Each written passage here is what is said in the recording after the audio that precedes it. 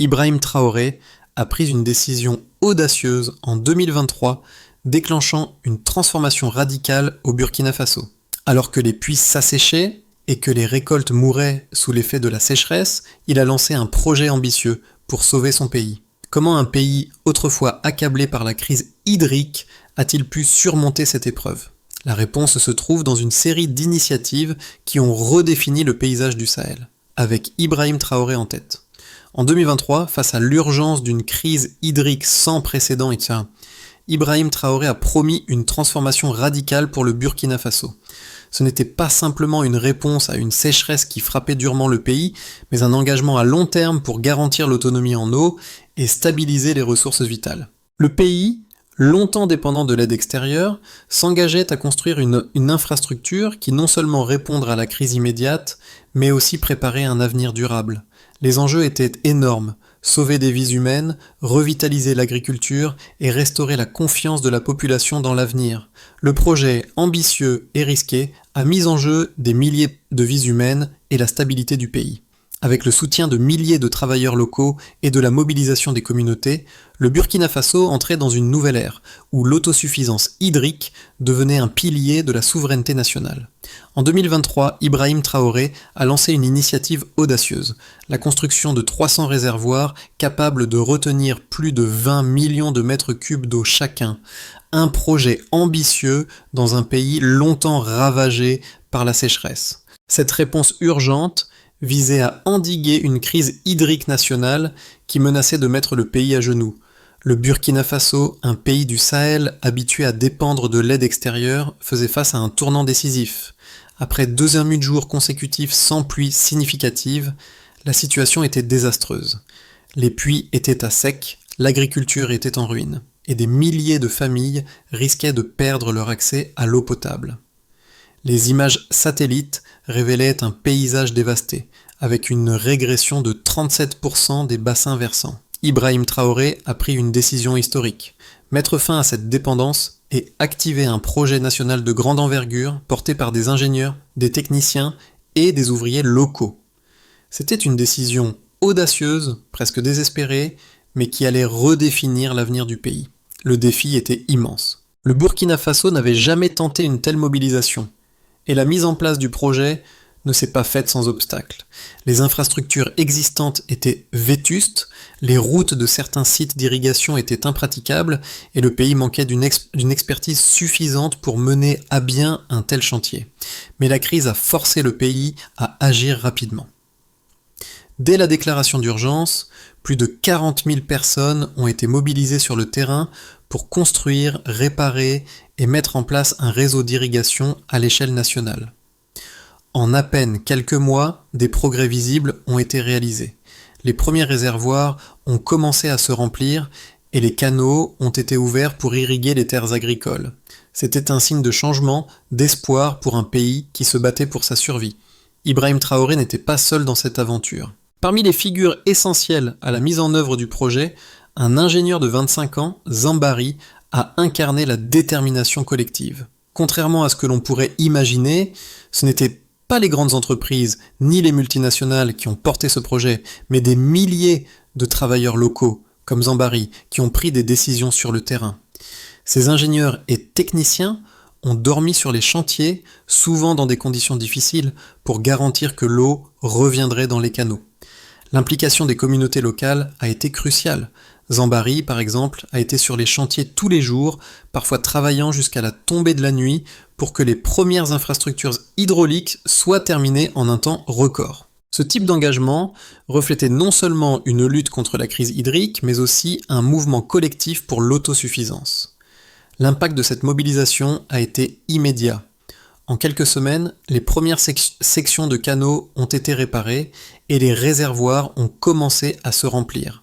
Dans les villages, les longues marches pour trouver de l'eau ont été réduites, ce qui a permis aux familles de retrouver une certaine stabilité. Les marchés, longtemps à l'agonie, ont vu leurs étals revenir progressivement. Les agriculteurs, soutenus par le projet, ont recommencé à cultiver et les récoltes ont commencé à se stabiliser. L'effet de ces changements, bien que modeste au départ, a été mesurable. Les zones les plus durement touchées ont commencé à retrouver un semblant de normalité. avec une réduction de l'insécurité alimentaire et des tensions sociales. Le 3 août 2023, Ibrahim Traoré a déclaré l'urgence hydrique nationale. C'était un tournant décisif. La situation était devenue critique après 208 jours sans pluie significative et la crise hydrique menaçait de paralyser l'agriculture et de provoquer des migrations massives. Dès cette annonce, une mobilisation sans précédent s'est déclenchée à travers tout le pays. Les ministères ont réorienté leurs équipes, les communes ont reçu des directives accélérées et les ingénieurs locaux ont commencé à travailler 24 heures sur 24 pour installer des infrastructures d'irrigation. La première phase du projet a été marquée par une course contre la montre. Plus de 40 000 personnes ont été mobilisées dans des conditions difficiles. Les réservoirs, d'une capacité de 20 millions de mètres cubes, ont commencé à sortir de terre. Les équipes ont travaillé dans des terrains accidentés, parfois à plus de 2000 mètres d'altitude, où les conditions de travail étaient particulièrement difficiles. Les bulldozers ont attaqué le sol dur, tandis que des excavatrices ont ouvert des canaux pour acheminer l'eau vers les zones les plus touchées. Les premières semaines ont été cruciales. Les infrastructures ont rapidement évolué. Les réservoirs ont commencé à se remplir et les canaux ont permis d'irriguer les terres agricoles dans les provinces les plus touchées par la sécheresse. L'impact immédiat a été visible dans les villages où les agriculteurs ont commencé à planter de nouveau après des années de récolte incertaines. Les marchés ont rouvert leurs portes et les familles n'avaient plus à parcourir des kilomètres pour accéder à l'eau. Le chantier hydraulique a été coordonné par des équipes locales. Zambari, un jeune ingénieur, a joué un rôle central en supervisant les réparations et en travaillant sur les canaux les plus difficiles d'accès. Le projet a été conçu pour utiliser au maximum les compétences locales. Au lieu de faire appel à des entreprises étrangères, le gouvernement a choisi de faire confiance aux techniciens et ouvriers burkinabés. Cette décision a renforcé la cohésion sociale et montré la capacité du pays à surmonter ces crises sans dépendre de l'aide extérieure. Le pays a vite vu des résultats concrets. En seulement quelques mois, les réservoirs ont permis de stocker suffisamment d'eau pour soutenir l'agriculture tout au long de l'année, même en cas de sécheresse prolongée. Ce projet a changé la donne pour des millions de Burkinabés, en particulier dans les zones rurales où l'accès à l'eau était un luxe. Le chantier, le plus ambitieux d'Afrique de l'Ouest à l'époque, a créé un précédent en matière de résilience face aux crises climatiques. L'ampleur de la mobilisation a été impressionnante. Plus de 1200 excavatrices et 800 véhicules de transport lourd ont été déployés pour excaver les canaux et transporter l'eau vers les zones agricoles. Le pays, qui semblait voué à la dépendance, est devenu un exemple de souveraineté hydrique. Les communautés, soudées par la peur de la crise, ont participé à l'effort, montrant une solidarité sans précédent. Les premières récoltes ont montré des résultats prometteurs, et les populations ont commencé à percevoir l'impact positif du projet sur leur quotidien. L'impact du projet d'irrigation au Burkina Faso ne se limite pas à des changements visibles, mais se mesure également par des chiffres concrets. Entre 2023 et 2025, plus de 300 réservoirs ont été construits, chacun capable de retenir jusqu'à 20 millions de mètres cubes d'eau, ce qui a permis d'améliorer considérablement la gestion des ressources en eau à l'échelle nationale. Ces réservoirs ont permis de stocker de l'eau pendant les périodes de sécheresse, ce qui est crucial dans un pays où les cycles climatiques sont de plus en plus imprévisibles. Grâce à cette infrastructure, le pays est passé d'une situation de crise continue à une gestion proactive des ressources hydriques. En outre, le réseau d'irrigation a été étendu à plus de 2000 km de canaux, traversant 18 provinces du pays. Cette extension massive a permis d'irriguer plus de 5 millions d'hectares de terres agricoles, une superficie sans précédent dans l'histoire du Burkina Faso. Ce développement a directement contribué à une réduction des pertes agricoles. Les pertes dues à la sécheresse ont chuté de plus de 60%. Avant la mise en place du projet, les agriculteurs étaient dépendants des précipitations irrégulières, mais avec l'irrigation, ils ont pu produire 2 récoltes par an au lieu d'une seule, ce qui a non seulement stabilisé les rendements, mais a aussi amélioré la sécurité alimentaire dans les zones rurales. Les résultats sont également mesurables en termes de réduction des migrations internes. Avant la crise, des milliers de familles étaient contraintes de quitter leurs terres chaque année à la recherche d'eau. Depuis la mise en place du réseau hydraulique, les migrations internes ont diminué de 32%. Cette diminution a eu un impact direct sur la stabilité sociale en réduisant les tensions liées aux déplacements massifs et en contribuant à un environnement plus stable. L'amélioration de l'accès à l'eau potable a également eu des effets notables. Les stations de pompage hybrides, qui ont été installées pour garantir un approvisionnement constant, ont permis une réduction de 50% des coupures d'eau dans les zones urbaines et rurales. Ces stations sont équipées de technologies avancées permettant de maintenir l'approvisionnement même en cas d'instabilité du réseau électrique. Cela a considérablement amélioré la qualité de vie des populations, en particulier celles vivant dans les régions les plus touchées par la sécheresse. Enfin, les chiffres liés à la production agricole montrent un retour à la stabilité. Les rendements agricoles ont augmenté de 40% dans les zones irriguées par le nouveau réseau. Les prix des légumes ont également chuté, ce qui a permis d'augmenter le pouvoir d'achat des ménages ruraux. Ces améliorations sont visibles dans les marchés locaux, où les commerçants réinvestissent des zones qu'ils avaient abandonnées en raison de la sécheresse. Cette régénération économique, alimentée par une irrigation fiable, a permis aux communautés rurales de se redresser rapidement. Les résultats du projet sont donc non seulement mesurables, mais aussi significatifs. Des millions de personnes ont bénéficié d'un meilleur accès à l'eau, à une agriculture plus stable et à une sécurité alimentaire renforcée. Le projet d'irrigation du Burkina Faso a suscité des débats, notamment autour de sa faisabilité et de son impact à long terme. Les partisans de l'initiative soulignent son caractère révolutionnaire, en particulier la réduction de la dépendance extérieure et l'amélioration de l'autosuffisance en eau. Cependant, plusieurs critiques émanent de ceux qui doutent de la durabilité du système mis en place, notamment à ce propos, l'entretien à long terme des réservoirs et la gestion des sédiments accumulés. Un argument souvent avancé est que, malgré la réussite apparente du projet à court terme, les réservoirs et canaux exposés à l'accumulation de sédiments et à l'érosion risquent de devenir inefficaces à long terme.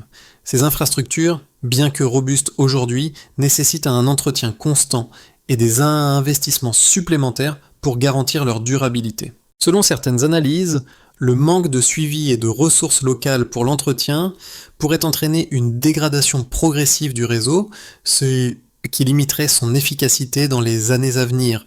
Cependant, les défenseurs du projet répondent à ces préoccupations en mettant en avant les mesures prises pour anticiper ces défis.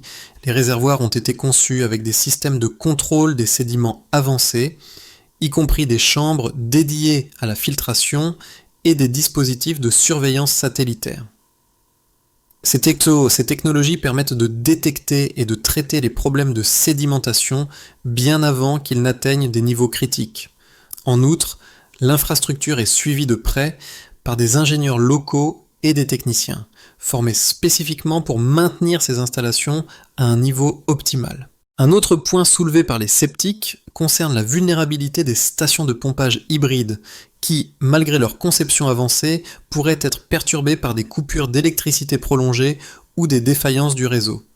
Cependant, le projet inclut des solutions autonomes, comme des générateurs de secours et des unités de pompage capables de fonctionner même en cas d'instabilité électrique.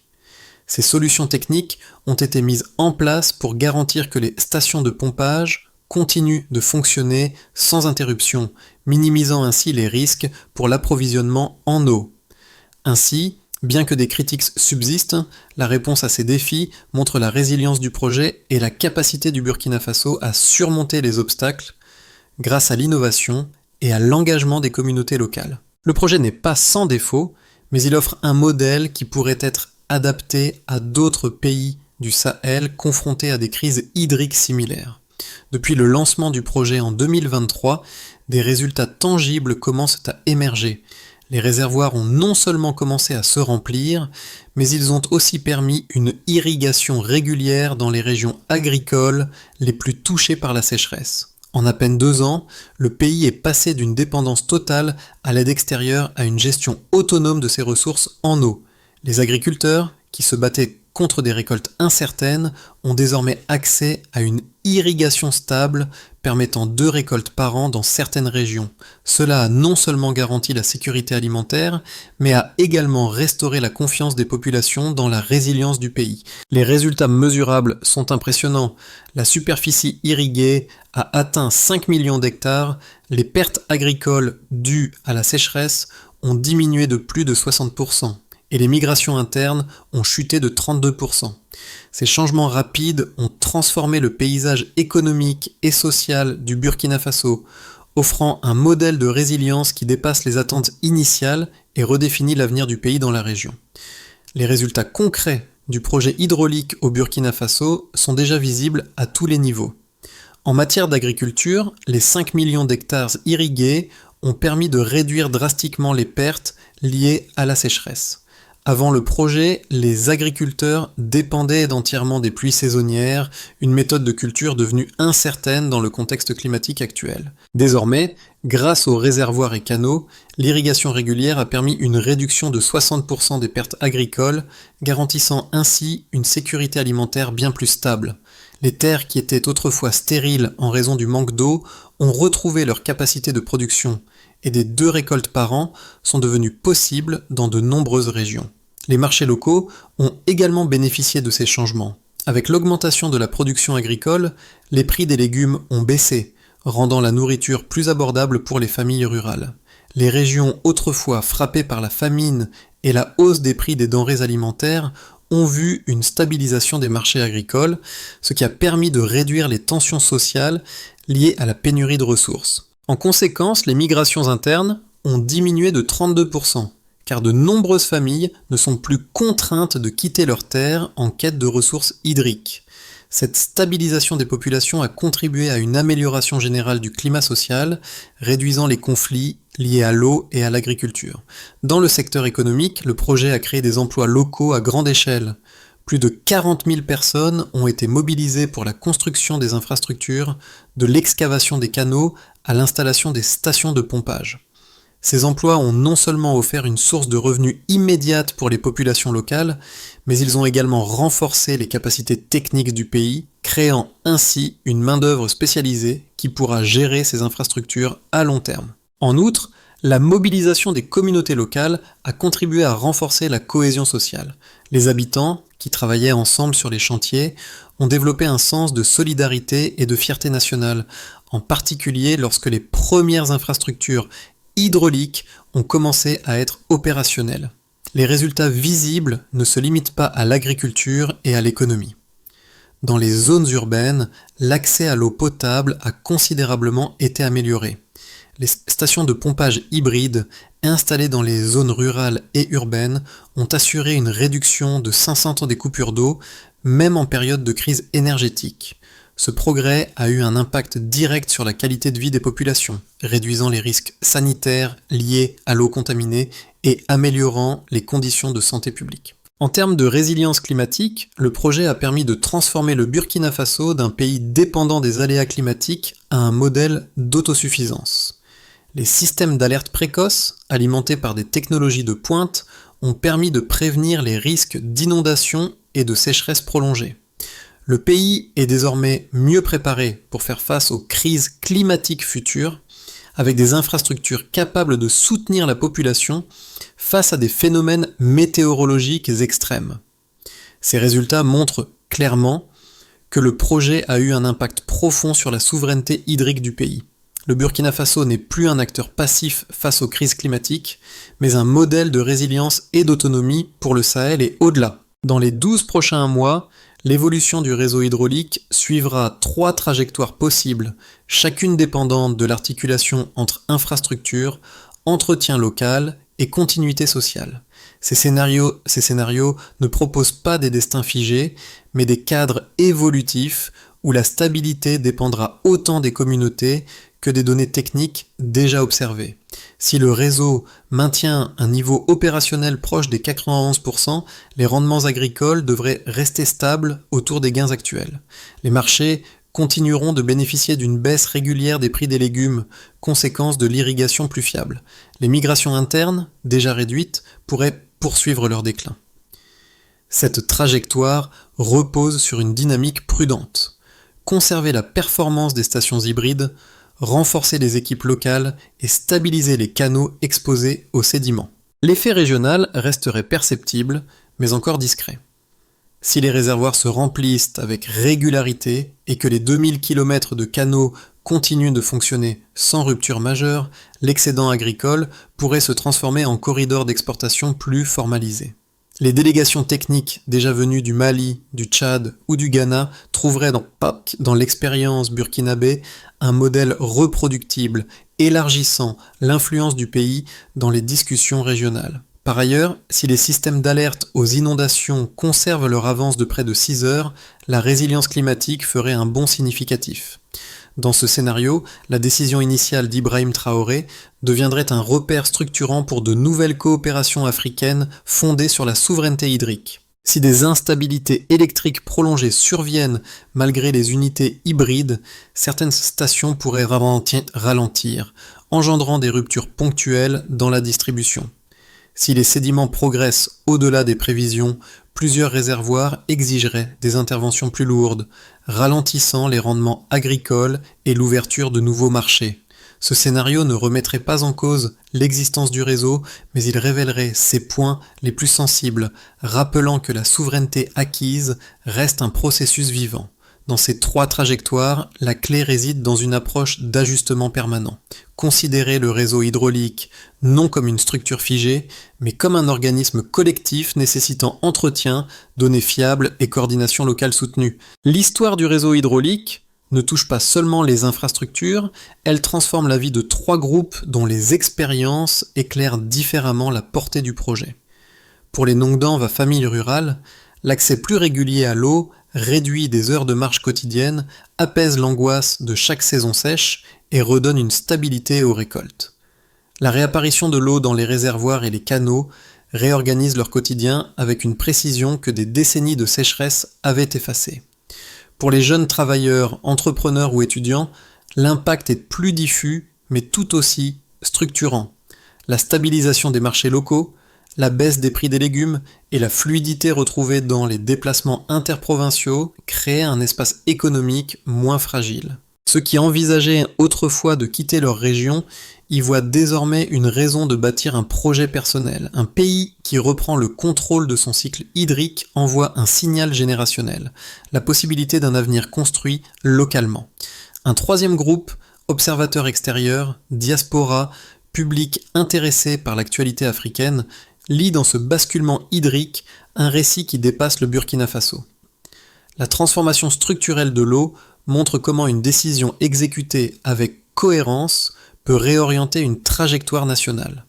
L'impulsion d'Ibrahim Traoré sert ici de repère, non comme un geste politique abstrait, mais comme la preuve que la maîtrise matérielle des infrastructures essentielles peut modifier l'identité collective. Pour ceux qui suivent ce récit, 2 gestes s'offrent. Observer comment l'eau recompose les mobilités internes et considérer comment une souveraineté d'abord technique peut inspirer d'autres contextes africains. Ces perspectives permettent d'entrer dans l'histoire non comme spectateur lointain, mais comme témoin d'une transition à l'œuvre. La consolidation du réseau hydraulique exige désormais une méthodologie précise, ancrée dans les données déjà observées et dans les pratiques qui ont permis son déploiement initial. Le pays ne se situe plus dans la réaction à l'urgence, mais dans la construction d'une continuité maîtrisée. 4 étapes principales peuvent structurer cette nouvelle phase, chacune associée à un acteur, une temporalité et une mesure d'évaluation. Pour continuer, stabiliser l'entretien local. Les équipes techniques doivent poursuivre la maintenance des réservoirs et des canaux déjà opérationnels. Les communes coordonnent les interventions, tandis que les ingénieurs vérifient l'intégrité des parois et des chambres de sédiments.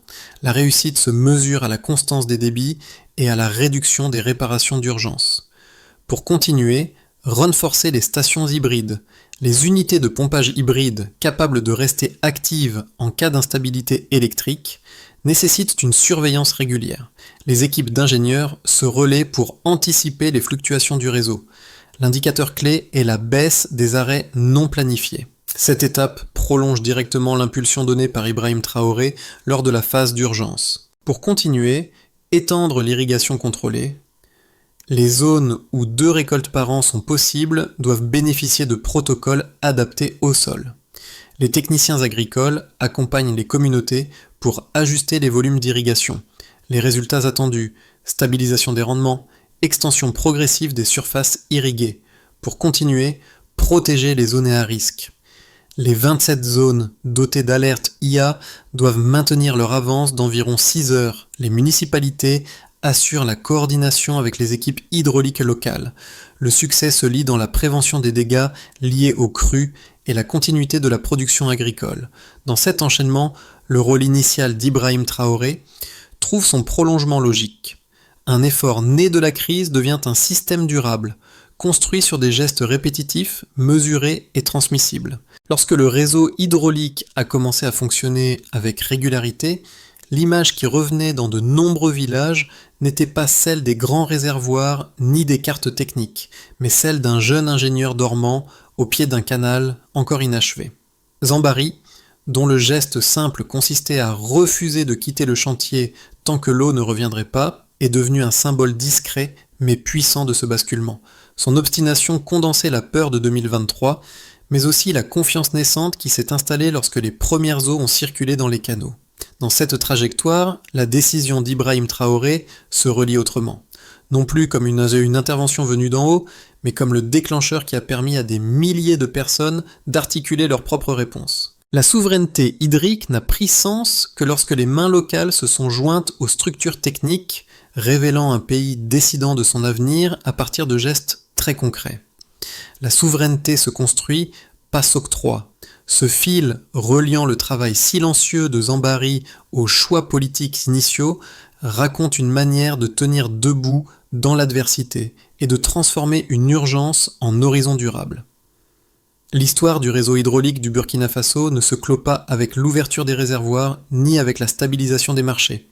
Elle continue dans la manière dont chacun décide de la raconter, de l'observer ou de l'interroger. Le pays, longtemps défini par la sécheresse, explore désormais une forme de souveraineté hydrique, construite pierre après pierre, geste après geste. Ce récit, qui relie des décisions techniques à des efforts collectifs très concrets, invite à regarder autrement les transformations silencieuses qui changent la vie quotidienne.